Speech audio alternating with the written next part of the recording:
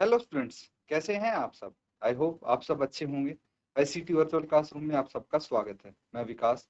बच्चों, class 10th का maths हम कर रहे हैं। चैप्टर है क्वाड्रेटिक इक्वेशन यानी द्विघात समीकरण।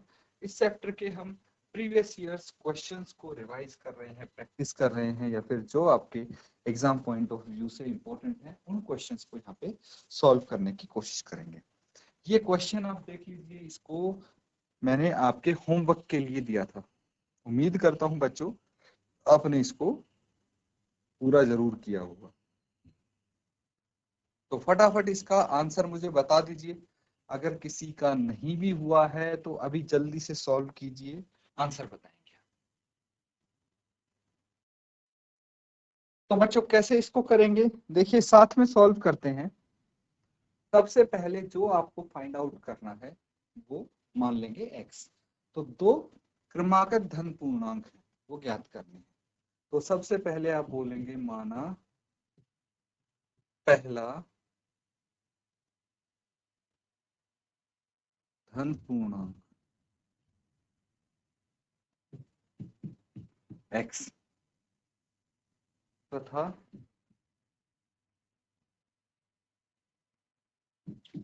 क्रमागत अगला धन पूर्णांक। ये क्या हो जाएगा भाई, अगर पहला आपका x है तो अगला क्या बताया था मैंने, x+1 हो जाना चाहिए। तो ये हो जाएगा। अब यहाँ पे क्या दिया है, वे दोनों धन पूर्णांकों के वर्गों का योग 365 है ना। दोनों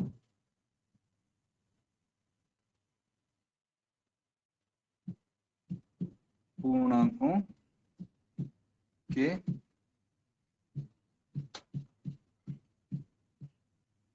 वर्गों का योग कितना है, 365 है। तो इसको हम किस प्रकार से लिख सकते हैं वो देखिए।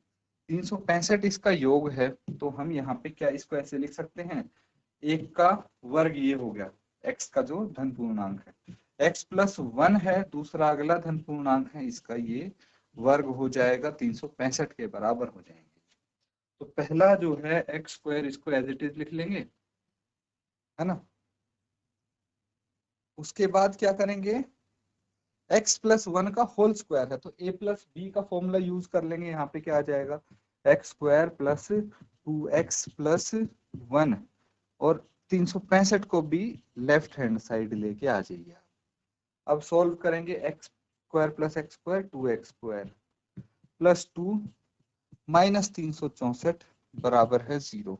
अब सबको हम 2 से भाग कर देंगे तो क्या आ जाएगा, x² + x -182 बराबर है 0। ये आ जाएगा। तो अब इसमें x की वैल्यू आप निकाल लेंगे with help of splitting the middle term. ठीक है, तो मिडल टर्म जो बीच वाली टर्म है उसको स्प्लिट करना है। कैसे करेंगे, हमारे पास 182 है, 182 है, तो इसको दो भागों में ऐसे बांटना है। इसके दो ऐसे फैक्टर्स देखने हैं जिसको मल्टीप्लाई करके तो 182 आना चाहिए माइनस का, और जिनको ऐड या सब्ट्रैक्ट करके 1 आना चाहिए। तो इसको 2 से करेंगे, 91 आ गया, 7 × 13, 13 7 91। ठीक है, तो यहाँ पे मुझे एक चीज दिख रही है, 14 × -13 कितना है, -182 आ जाएगा, है कि नहीं। तो हमारी बात यहाँ पे बन चुकी है। अब क्या करना है हमें, देखिए x² + 14x - 13x ये लिखेंगे। इसको मैं इरेज कर दूं बच्चों, ये तो जस्ट फाइंड आउट करने के लिए हमने लिखा था कि किस किस टर्म में स्प्लिट करना है इसको। फिर -182 बराबर है 0। x कॉमन ले लिया, क्या आ गया, x + 14 -13 कॉमन ले लिया तो x + 14 = 0। x + 14 यहाँ पे आ गया एंड x - 13 यहाँ पे आ गया = 0। तो एक बार तो x + 14 को 0 के बराबर रख दीजिए, या x - 13 को 0 के बराबर रख दीजिए। तो या तो x आएगा -14 या फिर x आएगा -13 +13, है ना, x 13।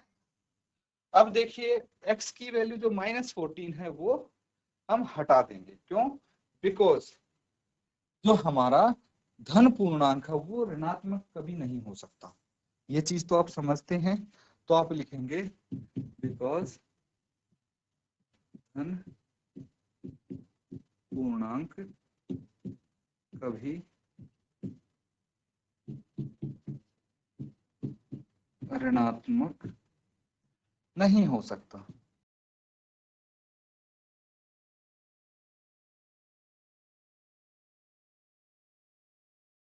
तो क्या पूछा गया था हमसे? हमसे पूछा गया है कि दो क्रमांक धन पूर्णांक क्या है वो ज्ञात करने हैं। तो आप लिखेंगे दो क्रमागत धन पूर्णांक। तो पहला तो हो गया 13 और दूसरा 13 + 1 कितना हो गया 14, है ना, x में 1 जोड़ा था हमने। ये आ जाएगा आपका फाइनल आंसर। पहले यहां तक नोट डाउन कर लीजिए। ठीक है बच्चों, सबने कर लिया है ना नोट डाउन? किसी को अगर कोई डाउट यहां तक है पूछ सकते हैं। फाइनली आप आंसर इस प्रकार से लिख लेंगे इस क्वेश्चन का। तो अब एक और सवाल हम करेंगे यहाँ पे, नोट डाउन कर लीजिए। ये है क्वेश्चन, 3 वर्ष पूर्व रहमान की आयु वर्षों में का व्युत्क्रम और अब से 5 वर्ष पश्चात आयु के व्युत्क्रम का योग 1/3 है। उसकी वर्तमान आयु आपको बतानी है। तो फटाफट इसको नोट डाउन करेंगे और इसका आंसर बताएंगे सॉल्व कर। तो बच्चों इसको अब साथ में सॉल्व करते हैं।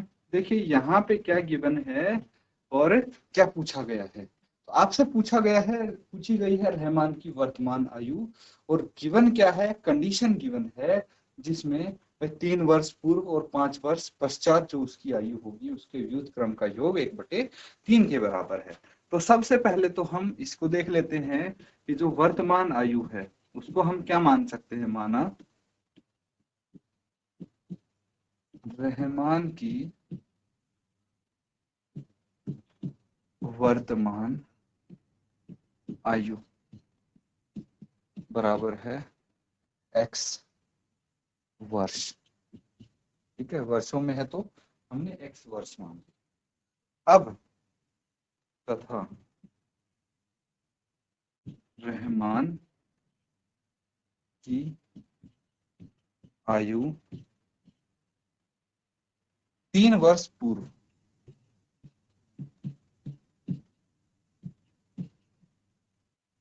भाई 3 साल पहले उसकी आयु कितनी होगी, जो वर्तमान हो उसमें से 3 हम घटा देंगे तो इतने वर्ष होगी। और रहमान की आयु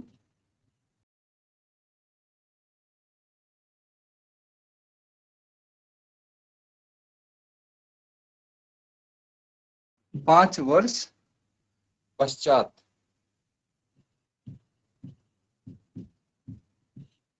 ये कितनी है, x + 5 वर्ष।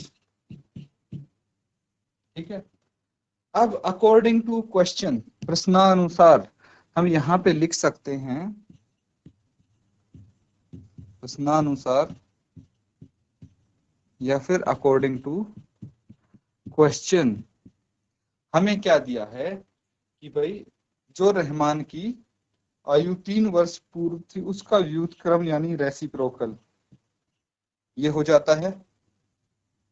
भाई इसका रेसिप्रोकल तो यही होगा ना, न्यूमरेटर डिनोमिनेटर में आ गया, डिनोमिनेटर न्यूमरेटर में चला गया। इसके साथ जोड़ेंगे जो उसकी आयु 5 वर्ष बाद है उसका भी रेसिप्रोकल, और ये बराबर होगा 1/3 के।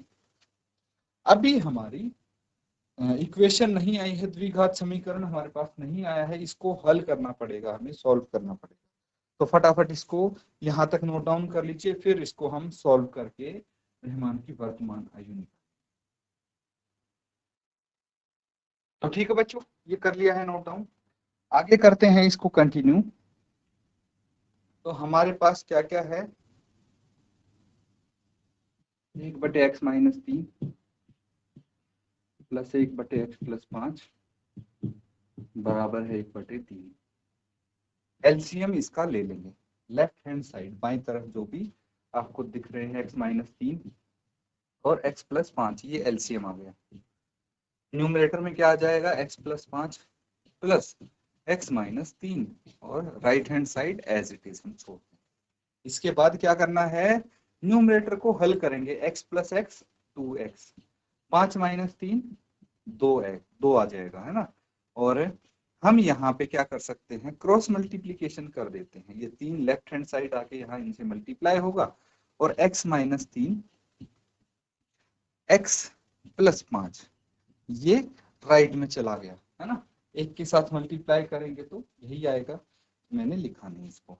3 दूनी 6, 6x + 6 बराबर है, x से इसको मल्टीप्लाई कीजिए, ब्रैकेट ओपन करने हैं अब, तो यहाँ पे x² + 5x - 3x - 15 ये आ जाए। ठीक है, अब सबको, सारी टर्म्स को एक तरफ ले जाइए, इनको हम उधर लेके जाते हैं। तो क्या आ जाएगा, x², ये तो एज इट इज रहेगा, +5x = -3x और ये -6x हो जाएगा, फिर -15 एंड -6 = 0। ठीक है, अब क्या करना है, अब इनको सॉल्व कर देंगे। सॉल्व कैसे करना है, जो x वाली टर्म है उनको एड या सब्ट्रैक्ट करके लिख देंगे। ये कितना आ गया, -3 और -6 -9, -9 + 5 -4x आ गया, और ये -15 और -6 -21 आ जाएगा, = 0। अब देखिए बीच वाली टर्म को स्प्लिट करके x की वैल्यू निकाल लीजिए। यहाँ पे क्या है, हमारे पास -21 आना चाहिए। तो बहुत सिंपल है बच्चों, 7 × 3, 7 × 3 कितना होता है, 21, हमें चाहिए -21। तो -7 × 3 कितना होगा, -21, एंड -7 + 3 -4, तो यहाँ पे -4 भी है। तो हम यहाँ पे लिख देंगे x² - 7x + 3x - 21 = 0। इसको लिख दिया, बस हमारा काम यहाँ पे हो गया है। अब क्या करना है, कॉमन ले लेंगे, x यहाँ से कॉमन आ गया तो x - 7 बच गया, +3 कॉमन आ गया तो x - 7 यहाँ पे बच गया, = 0। फिर x - 7 कॉमन ले लेंगे, क्या बच जाएगा, x - 7 अगर कॉमन ले लिया तो x + 3 बच जाएगा, = 0। या तो x - 7 बराबर है 0 होगा, या फिर x + 3 बराबर है 0 होगा। तो x = 7 या फिर x = -3। अब खुद देख लीजिए कि इसमें से रिजेक्ट किसको करेंगे हम, x की कौन सी वैल्यू यहाँ पे कंसिडर करनी है और कौन सी नहीं करनी।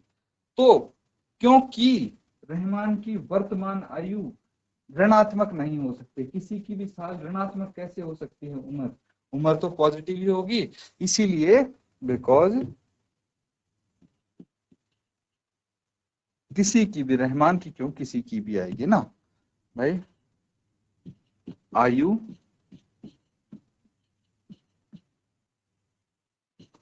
ऋणात्मक नहीं हो सकती,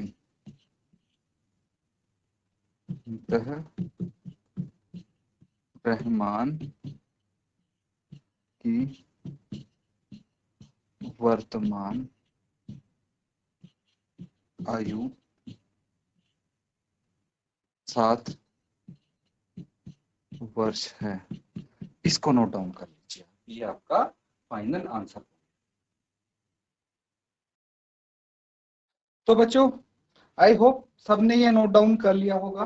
किसी को कोई डाउट अगर लगता है तो अभी भी आप पूछ सकते हैं इस क्वेश्चन के रिगार्डिंग। अगला सवाल करेंगे, तब तक नोट डाउन कर लेंगे सब बच्चे इस क्वेश्चन को। देखिए ये थोड़ा डिफरेंट आपको लग रहा होगा क्वेश्चन, 2019 में ये आ चुका है। क्या है, एक समकोण त्रिभुज की ऊंचाई उसके आधार से 7 सेंटीमीटर कम है, यदि कर्ण 13 सेंटीमीटर हो तो अन्य दो भुजाएं ज्ञात कीजिए। तो एक राइट एंगल ट्रायंगल आपको दिया गया है और उसकी ऊंचाई आधार से 7 सेंटीमीटर कम बताई गई है। तो थोड़ा सा हम इसको बना के देखते हैं कि राइट एंगल ट्रायंगल अगर है और जो इसका आधार है क्या है, ऊंचाई उसके आधार से 7 सेंटीमीटर कम है। तो देखिए हमने मेजर करके तो नहीं बनाया लेकिन लगभग लगभग कोशिश की है कि जो इसका आधार है वो इसकी ऊंचाई से बड़ा बने। ठीक है, तो यहाँ पे कुछ ऐसा बोला गया है कि इसकी अन्य दो भुजाएं आपको ज्ञात करनी है। अन्य दो भुजाएं आप बताएंगे। तो कर्ण तो आपको दे दिया 13 सेंटीमीटर। कर्ण 13 सेंटीमीटर है, त्रिभुज की ऊंचाई उसके आधार से 7 सेंटीमीटर कम है। तो अगर आधार होगा x तो ऊंचाई कितनी हो जाएगी, x माइनस 7 सेंटीमीटर। ये हो सकता है ना, इसमें कोई डाउट? तो अगर हम एक काम करते हैं, उसका जो आधार है, ठीक है, समकोण त्रिभुज का आधार हम मान लेते हैं x, इसका आधार x मान लिया, तो इसकी ऊंचाई कितनी हो जाएगी, x माइनस 7, क्योंकि इतनी कम है। अब क्या आपको याद है पाइथागोरस थ्योरम क्या होती है?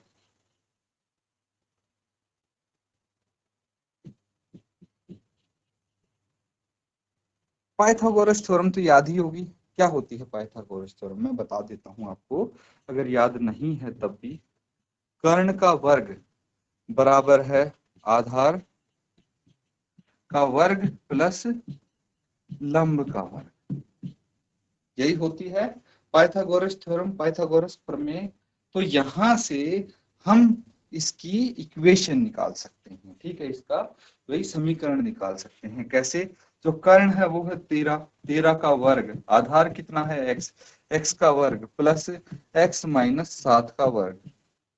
देखिए इसको जब हम सॉल्व करेंगे तो हमारे पास आएगी क्वाड्रेटिक इक्वेशन, क्वाड्रेटिक इक्वेशन आ जाएगी। और जब क्वाड्रेटिक इक्वेशन आ गई तो वहां से x का मान निकाल लेंगे, कुछ कुछ x का मान आएगा, तो वो आपका आंसर हो जाएगा। ठीक है, तो इस तरह से इसको हम सॉल्व कर सकते हैं। लेकिन बच्चों ये आपको होमवर्क में करना है, इसीलिए मैं इतनी सारी हिंट आपको दे रहा हूँ। फटाफट नोट डाउन कर लीजिए और इसको आप होमवर्क में कंप्लीट करेंगे। तो बच्चों जो हमने क्वेश्चंस आज किए हैं, उम्मीद करता हूं कि आप अच्छे से उनको नोट डाउन कर रहे हैं, साथ साथ सॉल्व भी कर रहे हैं। इनको अब घर पे जाके प्रैक्टिस जरूर करें और जो होमवर्क आपको ये क्वेश्चन दिया गया है होमवर्क में, इसको भी जरूर कंप्लीट करें। इसी के साथ आज का सेशन यहाँ पे एंड करेंगे। Thank you and have a nice day.